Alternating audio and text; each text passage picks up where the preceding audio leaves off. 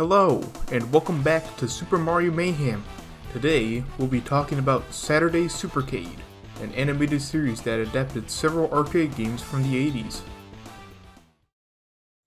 Saturday Supercade was an animated TV series that began airing on September 17, 1983 on the CBS Broadcasting Network.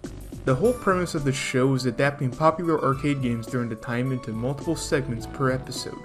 These games included Frogger, Q*bert, Pitfall, Kangaroo, Space Ace, and both Donkey Kong and Donkey Kong Jr. The show was produced by Ruby Spears Production, who is well known for adapting various properties into animated series. Not a lot is known about the developmental history behind the show, but ultimately the show lasted for 2 seasons, with 26 total episodes being produced. The last episode was aired on December 1st, 1984, with the segments being based on Kangaroo and Space Ace. No home media release for the show was ever produced, so the only way people are able to see the show today is through recordings that people made during the show's airing. Thankfully, it seems that most of the episodes have been archived on the Internet Archive, which is how I was able to watch the show myself. For the sake of this video series, I only watched some of the Donkey Kong and Donkey Kong Jr. segments of the show. I won't go into detail about every episode, but I'll give a general synopsis of each segment. The premise of the Donkey Kong segments involves the titular character, voiced by the late Milton Sutman, who has escaped a nearby circus, and now it's up to Mario, voiced by Peter Cullen, and Pauline, voiced by Judy Stringus, to catch the gorilla on the run. In most episodes, Donkey Kong is usually the one getting involved in shenanigans, which always has something to do with the villains of the episode.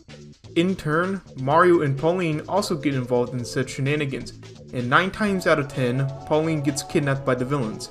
Mario must then work with Donkey Kong to save Pauline and foil whatever plans the villains had, and to set up for the next episode, Donkey Kong makes his leave, continuing the chase.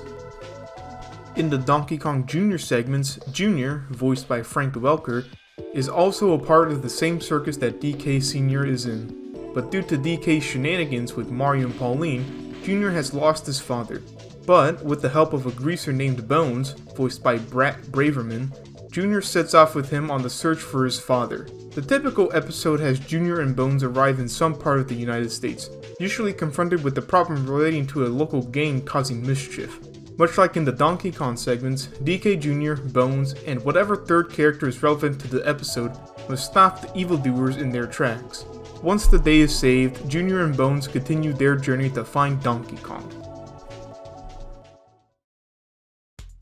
After watching the show for myself, I'll say that for the time, it must have been wonderful to see your favorite arcade games adapted to a TV show. But watching it nowadays, the show feels really uninteresting and bland.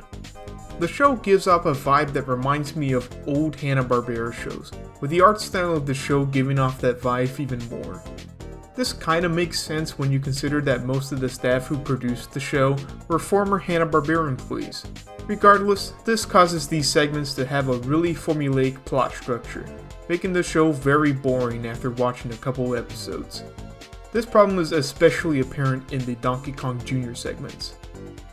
I can give them this though, they at least gave their own lore for some of these arcade games that never had a plot to begin with.